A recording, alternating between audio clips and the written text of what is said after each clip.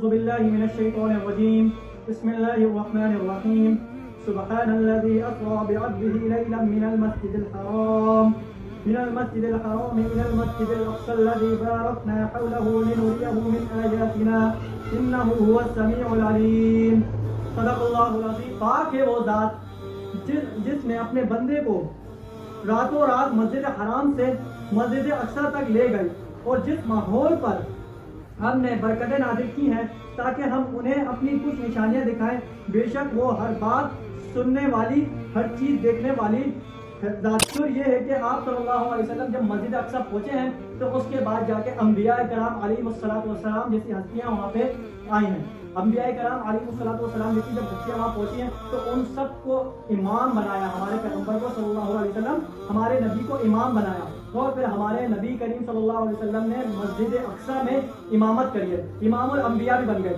مسجد حرام میں نماز پڑھو گے تو 1,00,000 نمازوں کا ثواب، مسجد اقصی میں پڑھو گے 50,000 نمازوں کا ثواب، اور مسجد نبی میں نماز پڑھو گے تو 1,000 نمازوں کا ثواب۔ تو یہ ہے کہ اگر کوئی بندہ مسجد حرام، مسجد اقصی اور مسجد نبی جاتا ہے تو عبادت کی نیت سے بھی جا سکتا ہے، کیونکہ عبادت کے لیے جایا جاتا ہے۔ تو یہ ایک بہت بڑا معیار ہے کہ ہر انبیاء سے کیا کہ ملاقات کریں۔ میں ان کے بھی نام پر بتا دیتا ہوں۔ سب سے پہلے جو آسمان پہ گئے ہیں تو وہ سب سے پہلے جو ہم جن کے بیٹے ہیں ابن آدم، تو ہم ابن آدم ہیں تو آدم علیہ السلام جیسی ہستی سے ملاقات کی۔ پھر دوسرے آسمان میں گئے تو حضرت یحییٰ علیہ السلام اور حضرت عیسیٰ علیہ السلام سے۔ جب تیسرے آسمان میں گئے تو یوسف علیہ السلام سے۔ پھر اس کے بعد چوتھے آسمان میں گئے حضرت ادریس علیہ السلام سے، اور پھر پانچویں آسمان میں گئے تو ہارون علیہ السلام سے۔ پھر چھٹے آسمان میں گئے تو موسیٰ علیہ السلام سے، اور جب ساتویں آسمان میں گئے ہمارے پیغمبر صلی اللہ علیہ وسلم تو کس میں حضرت ابراہیم علیہ السلام سے ملاقات کی۔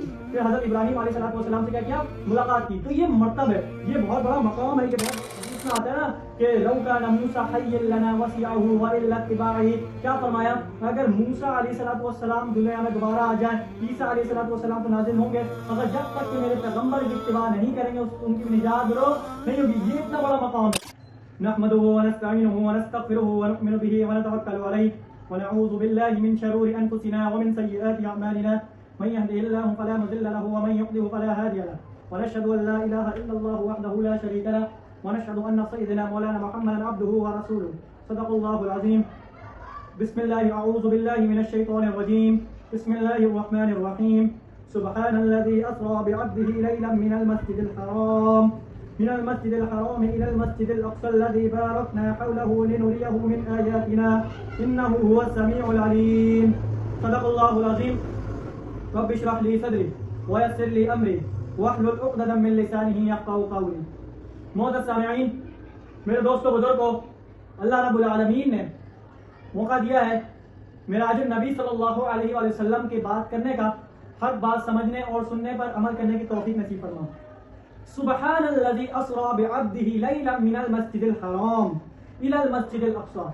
پاک ہے وہ ذات جس نے اپنے بندے کو راتوں رات مسجد حرام سے مسجد اقصی تک لے گئی، اور جس ماحول پر ہم نے برکتیں نازل کی ہیں تاکہ ہم انہیں اپنی کچھ نشانیاں دکھائیں، بے شک وہ ہر بات سننے والی، ہر چیز دیکھنے والی ذات ہے، دیکھنے والی ذات ہے۔ تو یہ میں حضرت مولانا مفتی تقی عثمانی صاحب دامن برکاتہم عالیہ کا میں ترجمہ پڑھ رہا ہوں۔ تو شیخ الاسلام اس سے معراج کے واقعے کی تفسیر ہے، اس سے معراج کے واقعے کی طرف اشارہ ہے جس کی تفصیل حدیث اور سیرت کی کتابوں میں آئی ہے، اور اس کا خلاصہ یہ ہے کہ حضرت جبریل علیہ السلام حضرت محمد مصطفیٰ سرکار دو عالم صلی اللہ علیہ وآلہ وسلم جیسی ہستی کے پاس آئے، اور رات کے وقت انہیں ایک جانور پر سوار کیا جس کا نام براق تھا۔ براق کہتے ہیں مطلب کہ کچا جو ہوتا ہے نا، تیز رفتار، جو بجلی کی رفتار سے بھی زائد تیز تھا، وہ انتہائی تیز رفتاری کے ساتھ آپ کو مسجد حرام سے بیت المقدس تک لے گیا۔ یہ سفر معراج کا پہلا مرحلہ تھا جو اسراء کہا جاتا ہے۔ پھر وہاں سے حضرت جبریل علیہ السلام آپ کو 7 آسمانوں پر لے گئے، اور ہر آسمان پر آپ کی ملاقات پچھلے پیغمبروں میں سے کس پیغمبر سے ہوئی۔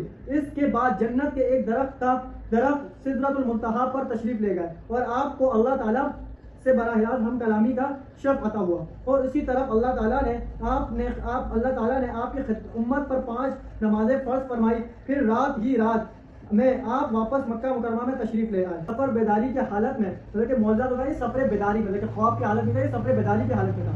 سب بیداری حالت میں پیش آیا تھا، کہنا یہ بالکل غلط ہے کہ یہ واقعی بیداری کے بجائے خواب میں دکھایا گیا ہے، کیونکہ بعض جو ہے نا صحیح روایت جو حدیث ہے تو خلاف ہی ہے۔ خود قرآن کریم کی اسلوب واضح طور پر یہ بتا رہا ہے کہ ایک غیر معمولی واقعہ تھا جسے اللہ تعالیٰ اپنے ایک نشانی قرار دیا گیا ہے جو ہے۔ پھر اس کے بعد جا کے اللہ رب العالمین نے ایک نبی کریم صلی اللہ علیہ وسلم کی معراج کا واقعہ کا تذکرہ کیا گیا ہے۔ معراج جو ہے یہ نبی کریم صلی اللہ علیہ وسلم کو بہت بڑی عظمت اور بہت بڑا پروٹوکول تھا۔ کیا فرمایا؟ سبحان الذی اسری بعبدہ لیلا من المسجد الحرام الی المسجد الاقصی، پاک ہے وہ ذات جس نے اپنے محبوب کو مسجد حرام سے لے کے مسجد اقصی تک لے گیا۔ یہ دیکھیں سب سے بڑی مطلب کہ نشانی ہے، اتنی اسپیڈ سے براق میں مسجد حرام سے لے کے مسجد اقصی تک کے کیا ہوا؟ لے گیا اپنے حبیب کریم صلی اللہ علیہ وسلم کو۔ یہ ایک اللہ تعالیٰ کے لیے بہت بڑی نشانی تھی، کیونکہ اللہ تعالیٰ دکھانا چاہ رہا تھا۔ پھر کیونکہ اللہ علی کل شیء قدیر، اللہ ہر چیز پر قادر بھی ہے، اللہ ہر چیز کو جانتا بھی ہے اور ہر مطلب کی چیز کو کرتا ہے۔ سبحان اللہ جی کیا ہے؟ ہر چیز سے پاک ہے، وہ ہر چیز کر سکتا ہے۔ کیونکہ ہم سورۃ الاخلاص میں پڑھتے ہیں نا کہ وہ بھائی قل هو اللہ احد، کہہ دو کہ اللہ ایک ہے۔ بھائی دیکھ لو بھائی، کہہ دو کہ اللہ ایک ہے، نہ اس کی کوئی اولاد ہے، نہ اس کا کوئی مطلب، نہ وہ کسی کی اولاد ہے، نہ وہ اس کی اولاد ہے، نہ اس کی کوئی اولاد ہے، کوئی مطلب نہیں، وہ شخص اکیلا ہے، وحدہ لا شریک لہ۔ تو یہ اللہ کے لیے ممکن طے کروانا اور تھوڑے سے وقتوں کے اندر۔ پھر کیا فرمایا؟ سبحان الذی اسری بعبدہ، عبد کہتے ہیں بندے کو، عبد کہتے ہیں بندے کو لے گیا، اپنے محبوب کو لے گیا صلی اللہ علیہ وسلم مسجد حرام سے لے کے مسجد اقصی تک کے۔ پھر یہ ہے کہ آپ صلی اللہ علیہ وسلم جب مسجد اقصی پہنچے ہیں تو اس کے بعد جا کے انبیاء کرام علیہ الصلوۃ والسلام جیسی ہستیاں وہاں پہ آئی ہیں۔ انبیاء کرام علیہ الصلوۃ والسلام جیسی جب ہستیاں وہاں پہنچی ہیں تو ان سب کو امام بنایا، ہمارے پیغمبر کو صلی اللہ علیہ وسلم، ہمارے نبی کو امام بنایا، اور پھر ہمارے نبی کریم صلی اللہ علیہ وسلم نے مسجد اقصی میں امامت کری ہے، امام الانبیاء بھی بن گئے۔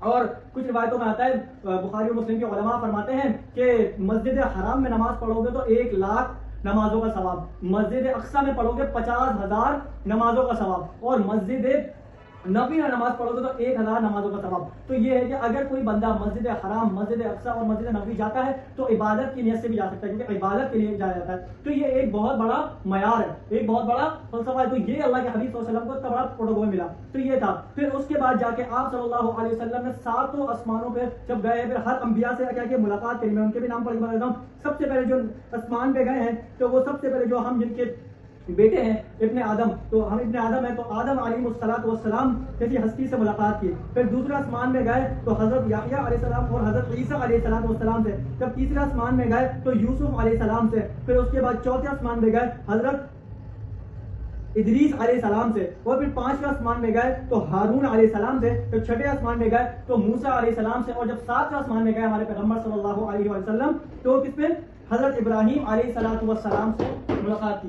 پھر حضرت ابراہیم علیہ السلام سے کیا ملاقات کی۔ تو یہ مرتبہ ہے، یہ بہت بڑا مقام ہے، یہ بہت بڑا فلسفہ ہے۔ پھر اس کے بعد جا کے سدرۃ المنتہی، ایک ہے جنت کا درخت جو سدرۃ المنتہی میں کہتے ہیں، آپ صلی اللہ علیہ وسلم وہاں گئے، پھر سدرۃ المنتہی میں پہنچایا گیا، پھر آپ صلی اللہ علیہ وسلم کو سدرۃ المنتہی پہنچایا گیا۔ پھر اس کے بعد جا کے کتنا بڑا معیار رکھا ہے، کتنا بڑا وہ ہے۔ پھر انبیاء کی امامت بھی کری، اور اوپر سے پھر جا اللہ سے پھر حلق کلام ہوا۔ نمبر 2 یہ مطلب کیا ہے؟ پھر نبی کریم صلی اللہ علیہ وسلم جب معراج پہ چلے گئے اور اس کے بعد جا کے سدرۃ المنتہی گئے، پھر اس کے بعد جا کے اللہ تعالیٰ سے ملے، اور اوپر سے پھر ہمیں 50 نمازوں کا تحفہ دیا گیا۔ کیا ہوا؟ 50 نمازوں کا پھر تحفہ دیا گیا، اور اوپر سے پھر اللہ کم کرتے کرتے کرتے کرتے 5 نمازوں کا، کیونکہ ہم بولتے ہیں نا نماز مومن کی کیا ہے؟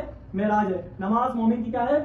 معراج ہے، اتنی بڑی وہ ہے نماز مومن کی کیا ہے؟ صرف معراج ہے، تبھی ہم کہتے ہیں مومن کی معراج ہے۔ تو اس کو پڑھو گے تو یہ اللہ تعالیٰ نے اپنے حضور صلی اللہ علیہ وسلم کو ایک بڑا تحفہ دیا ہے، کتنا بڑا معیار رکھا ہے ہمارے حبیب صلی اللہ علیہ وسلم کو۔ تو یہ ایک بہت بڑا مقام تھا، ایک بہت بڑا فلسفہ تھا، اور بہت بڑا معیار تھا۔ یہ اپنے حبیب صلی اللہ علیہ وسلم کو بلا کر گفٹ کے طور پہ دے گئے۔ جیسے کہ ایک ہوتا ہے نا، ہمارے مفتی صاحب بھی ایک مثال دے رہے تھے، مثال کے طور پہ کہ اگر آپ کو صرف کوئی مطلب کہ چاول کی یا پھر کوئی بھی چیز منگوا کے مطلب کہ تھیلی کے ذریعے اپنے پلیٹ کے ذریعے دے دی جائے تو وہ کیا ہوتا ہے؟